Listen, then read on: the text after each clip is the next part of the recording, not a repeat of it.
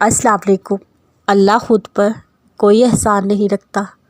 اگر آپ نے اس کے لیے کوئی چیز چھوڑی ہے تو وہ آپ کو اس سے بہتر چیز سے نواز دے گا۔ جب بار بار مانگنے سے بھی وہ چیز آپ کو نہ ملے، جب دعائیں قبول ہوتی نظر نہ آئیں، تو سمجھ جاؤ اللہ کو بندے کے مانگنے کا انداز پسند آ گیا ہے، اور اپنی دعاؤں کا سلسلہ جاری رکھے۔ یقیناً اللہ اگر دینے میں دیر کر رہا ہے تو وہ ضرور کچھ ایسا دے گا جو آپ نے کبھی سوچا نہ ہوگا۔ تہلکہ مچا دیتی ہے فرش آسانی پر محبت، جب جوانی میں اللہ کا نام لیتی ہے۔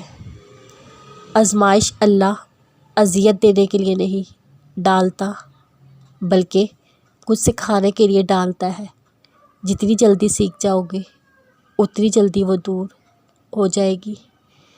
محبت انسان کو رب تک لے جاتی ہے، مل جائے تب بھی، نہ ملے تب بھی۔ دکھ انسان کو یا تو ریت کی طرح ڈھا لیتا ہے یا پھر چٹان کی طرح کھردرا اور سخت بنا دیتا ہے۔ دعا دستک کی طرح ہوتی ہے جو مسلسل دستک دینے سے دروازہ کھل ہی جاتا ہے۔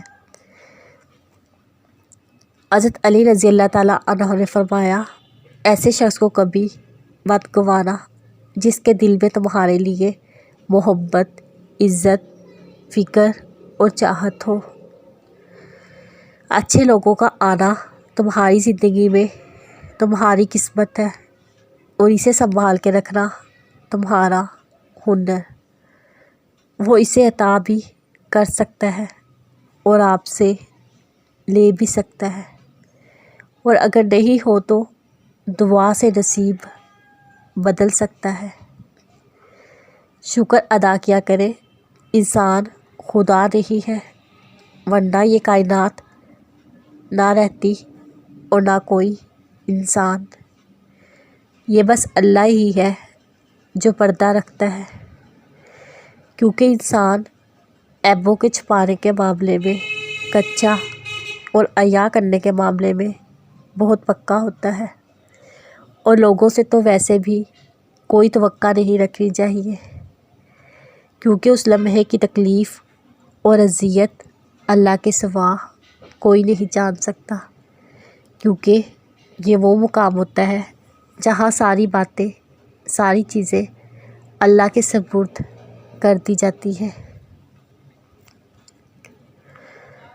جب انسان کو اس بات کا علم ہو جاتا ہے اللہ سب دیکھتا ہے، اللہ سب کچھ جانتا ہے، تو وہ خاموشی کی آخری سیڑھی پر پہنچ جاتا ہے، جہاں کسی سے کوئی شکوہ نہیں رہتا، جہاں دل شکایتیں نہیں کرتا